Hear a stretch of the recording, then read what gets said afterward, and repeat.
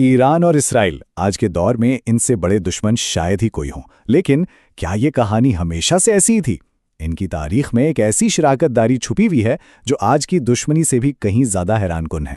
तो क्या वाकई ये सच है? क्या ये दोनों ताकतें हमेशा से ही एक दूसरे की जान की दुश्मन रही हैं, या फिर कहानी कुछ और है? सच तो यह है कि उनकी तारीख का एक बाब ऐसा भी है जहां वो दुश्मन नहीं बल्कि एक दूसरे के सबसे करीबी स्ट्रेटेजिक पार्टनर थे। आइए इस पूरी कहानी को शुरू से देखते हैं। तो कहानी का पहला हिस्सा एक ऐसे इत्तेहाद के बारे में है जिसका आज तसव्वुर करना भी मुश्किल है। देखते हैं कि कैसे मुश्तरका दुश्मनों और अपने मफादात ने इन दोनों को एक दूसरे का दोस्त बना दिया था।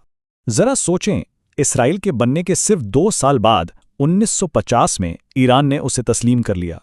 यहां तक कि तेहरान में एक इस्राएली सफारती मिशन भी खोल दिया गया। लेकिन असल दोस्ती की वजह बना एक मुश्तरका दुश्मन, और वो थे मिस्र के जमाल अब्दुल नासिर और उनकी पैन अरब कौम परस्ती की लहर। इसी खतरे ने उन्हें इतना करीब कर दिया कि 1960 की दहाई आते आते उनका फौजी और माशी ताउन अपने उरूज पर पहुंच चुका था। इस गहरी दोस्ती के पीछे एक बहुत ज़हीन स्ट्रेटेजिक प्लान था। उसे कहते हैं पेरिफेरी डॉक्ट्रिन।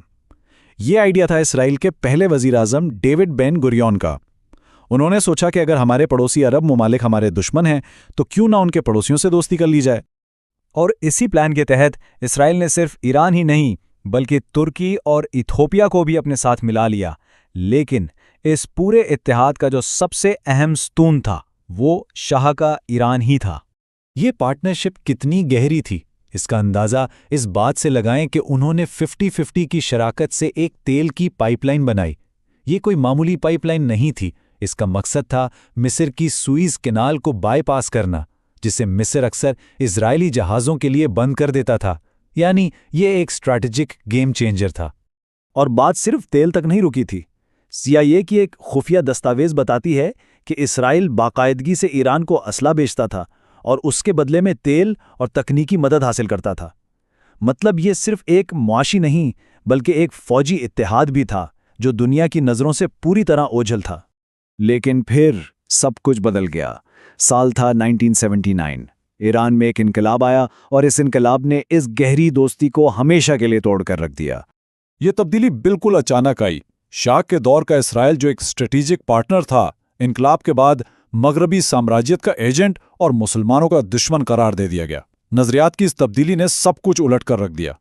ये एक बहुत ही तल्ख ब्रेकअप था। नई ईरानी हुकूमत ने ना सिर्फ सारे सिफारती ताल्लुकात ख़त्म किए बल्कि इस मुश्तरका तेल पाइपलाइन की शराकतदारी को भी ख़त्म कर दिया, जिसने कभी इन दोनों को जोड़ा था। लेकिन दोस्ती दुश्मनी में बदलने के बाद कहानी खत्म नहीं हुई, बल्कि इसने एक नया और पहले से कहीं ज्यादा खतरनाक रूप धार लिया। ये थी प्रॉक्सी जंग की शुरुआत। एक ऐसी जंग जो साये में लड़ी जानी थी। प्रॉक्सी जंग क्या होती है? आसान लफ्जों में, ये वो जंग है जो आप खुद नहीं लड़ते बल्कि किसी और को अपनी जगह लड़ने के लिए इस्तेमाल करते हैं। ईरान और इसराइल ने अगले कई अशरों तक बिल्कुल यही किया। ईरान इस खेल में बहुत जल्द माहिर बन गया। पहले 1982 में लिबनान में हिजबुल्लाह को कायम करने में मदद दी और फिर 90 की दहाई में गजा में हमास की हिमायत शुरू की। ये दोनों ग्रोह इसराइल के लिए एक मुस्तकिल खतरा बन गए। और जाहिर है ये जंग यक तरफा नहीं थी। इसराइल पर भी ईरान के अंदर मुख्तलिफ ग्रोहों की मदद करने के इल्जामात लगे। इसके अलावा स्टक्सनेट जैसे साइबर हमले और ईरानी साइंसदानों के कत्ल, ये सब इसी खुफिया जंग का हिस्सा थे जो दोनों तरफ से लड़ी जा रही थी। और फिर वक्त के साथ साथ ये खुफिया जंग मजीद शदीद और ख़तरनाक होती गई। कुछ ऐसे वाक़यात हुए जिन्होंने इस आग को और ज़्यादा भड़का दिया। इसमें 3 बड़े मोड़ आए। पहला, शाम की खाना जंगी, जिसने ईरान और इसराइल को पहली बार एक ही मैदान जंग में आमने सामने ला खड़ा किया।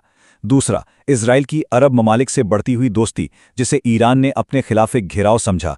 और आखिरकार प्रॉक्सीज की लड़ाई अब बराह रास्त मिसाइल हमलों की शक्ल इख्तियार कर गई है। इस नई हकीकत को इसराइल के एक साबिक वजीर दिफा ने 2017 में क्या खूब बयान किया। उन्होंने कहा, आज हम और अरब एक ही कश्ती में सवार हैं और हम सबका मुश्तरका खतरा एक जोहरी ईरान है। सोचिए, कल के दुश्मन आज के दोस्त बन गए, एक नए मुश्तरका दुश्मन के खिलाफ। और यही तारीख हमें आज इस मकाम पर ले आई है, यानी बराह रास्त तसादुम के दहाने पर। आज जो भी खबरें हम देख रहे हैं वो इसी पुरानी कहानी का नया बाब है। तो याद रखने की बात यह है कि आज जो कुछ भी हो रहा है वो अचानक नहीं हुआ। یہ 45 سال پرانی دشمنی ہے جس کی بنیاد ایک ٹوٹی ہوئی دوستی پر رکھی گئی تھی۔ اس کی جڑیں بہت گہری ہیں۔ خافیہ شراکت داروں سے کھلے حریفوں تک یہ ایک لمبا اور بہت خطرناک سفر رہا ہے۔ اور اب سب سے بڑا سوال یہ ہے کہ جب یہ جنگ سایوں سے نکل کر کھلی روشنی میں آ جائے گی تو پھر کیا ہوگا؟